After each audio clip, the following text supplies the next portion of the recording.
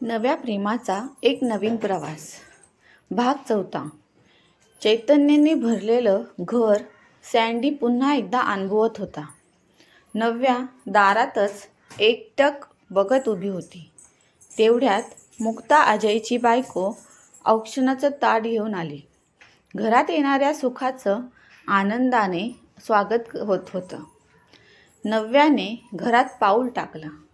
घराला आणि घरातल्या प्रत्येक वस्तूला नव्याने अनुभवत होती. नव्याचे डोळे खूप काही बोलत होते. सँडी आणि ओजस नव्याचं निहाळत होते. अचानक तिची नजर तिनेच सजवून ठेवलेल्या त्या तिच्या तिघांच्या फोटोवर गेली. तिने फोटोवर हात फिरवला आणि तोच हात पुढे ओजसच्याही चेहऱ्यावरून फिरवला. सँडीनेही झालं गेलं विसरून जा असं नव्याच्या खांद्यावर हात ठेवत नजरेनेच तिला सांगितलं. जवळचे काही मित्र, ते आता सँडी नव्याच्याच कुटुंबाचा भाग होते. ते हे आनंदाने नव्याच्या स्वागतासाठी हजर होते. नव्या हे सगळं बघून खुश होती. सँडीला हे घर आज परत तिचं ऊब देतंय असं जाणवत होतं. नव्याच्या तब्येतीची ही चांगली सुधारणा होत होती. पण सँडीला काहीतरी खटकत होते. काय ते नेमकं शोधण्याचा प्रयत्न त्याचा चालू होता. ते बोलत असताना बऱ्याचदा नव्याचे बदललेले एक्सप्रेशन पाहून त्याला विचार पडत होता. काही वेळेला ती शून्यात हरवून जायची. काही वेळेला बोललेल्या गोष्टींचा संदर्भ लागत नसल्याने भाव चेहऱ्यावर आणायची. सँडीने विचारलं, काही होतंय का? तर काही नाही असं म्हणून तेथून उठून दुसरीकडे निघून जायची. अशी मनात ठेवणारी नव्या सँडीने कधीच पाहिली नव्हती. मग त्याच्या मनात आलं, नुकतीच एवढ्या मोठ्या धक्क्यातून बाहेर आली, त्यामुळे होत असावं असं. माणसाच्या मनाचे व्यापार सहजासहजी समजत नाही. त्याचा तोच सांगू शकत नाही. मग शिक्के मारण्याची घाई का करायची? असं म्हणत सँडीनेही लगेच नव्याला न विचारता थोडा वेळ द्यायचा ठरवलं. 8-10 दिवस गेले असतील. संध्याकाळी दोघेही वॉकला निघाले. नव्याची घालमेल सँडीला कळत होती, पण नव्याला सावरायला वेळ दिल्यामुळे सँडी शांत होता. उगाच काही प्रश्न नको, ज्याने तिला विचारले होईल, हे सतत सँडीच्या मनात यायचं. सँडी नव्या दोघेही डॉक्टरांकडे रुटीन चेकअपला निघाले असताना थोडं बिचकतच नव्याने अखेर सँडीला सांगितले की मला काही कळेना. वेळेला गोष्टीचे संदर्भ लागत नाही. काय झालं होतं मागे ते आठवत नाही. असं वाटतं सँडीसाठी तर हा एक धक्काच होता. पण नव्याने हे शेअर करते म्हटल्यावर त्याने तिला धीर दिला की त्यावरही उपाय असेलच. आपण बोलू डॉक्टरांशी. तू काळजी करू नकोस, सगळं ठीक होईल. तशी सँडीला नव्याच्या ॲक्सिडेंटनंतर ऑपरेशनच्या वेळी असं काहीतरी विस्मरणीय होऊ शकतं ह्याची पूर्वकल्पना डॉक्टरांनी दिली होती. डॉक्टरांकडे रुटीन चेकअपच्या वेळी हे विस्मरणाचं सांगितलं.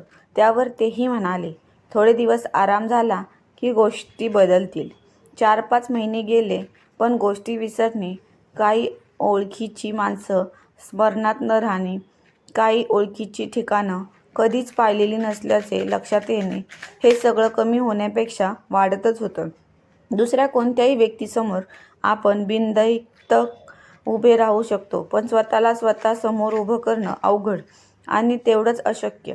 नव्याचंही असंच काहीतरी होत होतं. नव्याची ट्रीटमेंट ज्या न्यूरोलॉजिस्टकडे सुरू होती, त्यांनी काही प्रमाणात ट्रीटमेंट बदलली. आता ट्रीटमेंट बदलूनही साधारण वर्ष गेले. नव्या बऱ्यापैकी शांत आपल्यातच राहायला लागली होती. डॉक्टरांशी सतत फॉलोअप सुरूच होता. पण ह्या वेळी तर कहरच झाला. सँडी ऑफिसच्या कामानिमित्त टूरवर होता. ओजस शाळेत होता. नव्या नेहमीप्रमाणे सुपर मार्केटमध्ये गेली. शॉपिंग मध्ये गुंतली आणि तिला वेळेचं भानच राहिलं नाही. सामानाचं बिलिंग करून निघायची वेळ आली, पण घरचा पत्ता आठवेना. नव्या कावरीबावरी झाली. खूप प्रयत्न केला आठवायचा. मी कोण? हा प्रश्न विचारल्यावर तिचं तिलाच उत्तर मिळत नव्हतं. तोपर्यंत इकडे ओजसच्या शाळेची बस ओजसला घरी सोडून समोर पुढे होती. ओजस पाहतो तर काय, घराला कुलूप, आई घरी नाही. बराच वेळ वाट पाहत आला. संध्याकाळ झाली. मग त्याने शेजारीच राहणाऱ्या अजयकडे धाव घेतली. ओजसने सगळी हकीकत अजयला सांगितली. अजय नव्याच्या शोधात निघाला. आजूबाजूला शोधूनही नव्या सापडत नाहीये म्हटल्यावर त्याने सँडीला कळवलं. सँडीला आलेल्या क्रेडिट कार्डच्या मेसेजवरून त्याने सुपर मार्केटचं नाव बघून ज्या ब्रांचवरून हे ट्रान्झॅक्शन झालं तिथे अजयला जायला सांगितलं. अजय तिथं पोहोचला तेव्हा नव्या तिथे एका बाकावर बसली होती. तिला बघताच अजयच्या जीवात जीव आला. अजय तिच्या जवळ आला, पण तिची अनोळखी नजर अजयला जे दाखवत होती ते त्याला पाहवतच नव्हतं. पण तेच झालं. नव्याने अजयला ओळखलंच नाही. अखेर त्याने तिला सगळं समजावलं आणि घरी घेऊन आला. सँडीही लगेच घरी परतला. तिच्या बरोबर सतत एक केअरटेकर मावशींना ठेवलं आणि नव्याची ट्रीटमेंट अजून जोरात सुरू होती. आता घरची सगळी जबाबदारी सँडीने स्वतःकडे घेतली. ओजसही खूप समजूतदार होताच. परिस्थितीचं भान त्यालाही होतंच. नव्याची काळजी घ्यायला त्याने ही सुरुवात केली. आयुष्यात जबाबदारीचं ओझं बनून खांद्यावर येत नाही हे मात्र खरं. सँडी आणि ओजस आता पूर्ण वेळ नव्याकडेच लक्ष देत होते. सँडी अंतर्बाह्य हादरला होता. त्याची नव्या कुठेतरी हरवली होती. खळखळून हसणारी हसूनच विसरली होती. घरात चैतन्याचे वावरणारी चैतन्य हरवून नुसतीच वावरत होती. उत्साहाचा वाहता धबधबा असावा अशी ती आज नुसतीच संथ पाण्याप्रमाणे अस्तित्वात दाखवत होती. मनात ओठावर पटकन आणणारी आज शब्दाही ओठात दाबून होती. सँडी नव्याच्या कॉफी आणि चहा बरोबरच्या गप्पांमध्ये त्यांच्या लग्नाची वाढलेली वर्ष कधी आली नाहीत, पण आज तो हरवलेला निखळ संवाद सँडीला अस्वस्थ करत होता. रोज जोडीदाराला समोर बघणं, त्याच्याशी बोलणं, पण आपण बोललेलं त्याच्यापर्यंत न पोचणं यासारखं दुःख नाही. ओजसला नव्याने दिलेले संस्कार ह्या ठिकाणी कठीण प्रसंगी कामी येत होते. स्वतःचा अभ्यास सांभाळून ओजस घराकडे आणि सँडीकडेही व्यवस्थित लक्ष देत होता. शिवाय नव्याला वेळेवर औषधं देणे, डॉक्टरांनी सांगितलेल्या गोष्टीचं काटेकोर पालन करणे. आजवर जी आई त्याच्याकडे लक्ष देत होती, आज त्याच आईकडे लक्ष देण्यासाठी ओजस तयार झाला होता. अनुभवातून जे शिक्षण मिळतं ते शिकवणी लावूनही मिळत नाही. तसाच ओजस आयुष्याच्या ह्या शिक्षणात प्रगल्भ होऊ लागला आणि शाळेत शिक्षणातही घवघवीत यश मिळवत त्याची घोडदौड सुरूच होती. आज 14 वर्षाचा प्रदीर्घ काळ मध्येच लोटला गेला.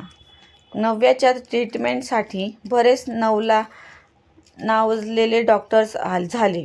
नव्यामध्ये बराच फरक पडलाय, पण तरीही काही वेळ ती पूर्णपणे ब्लँक होती.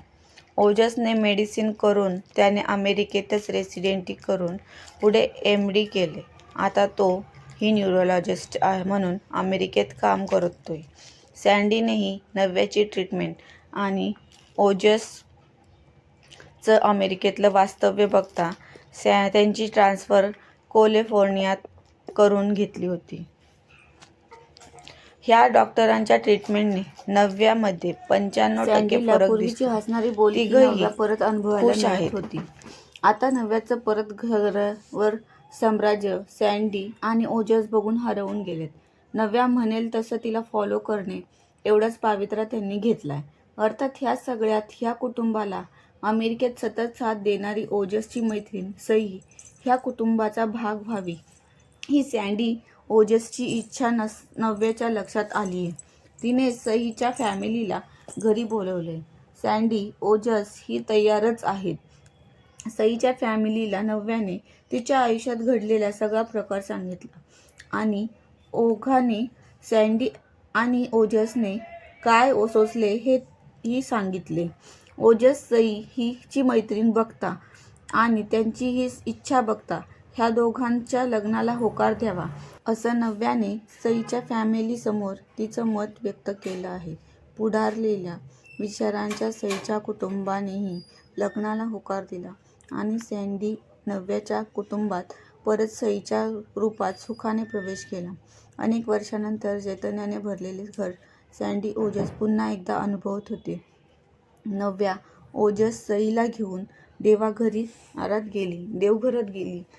नव्याने देवासमोर तुपाचं निरंजन लावलं. देवासमोर वाटीत साखर ठेवली आणि हात जोडून घराच्या चिरंतन सुखासाठी चैतन्यासाठी देवाला प्रार्थना केली.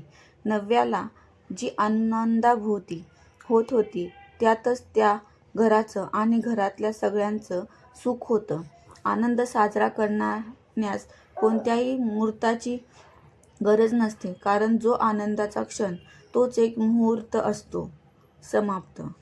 मित्रांनो, तुम्हाला ही कथा आवडली असेल तर चॅनलला लाईक आणि सबस्क्राईब नक्की करा. धन्यवाद.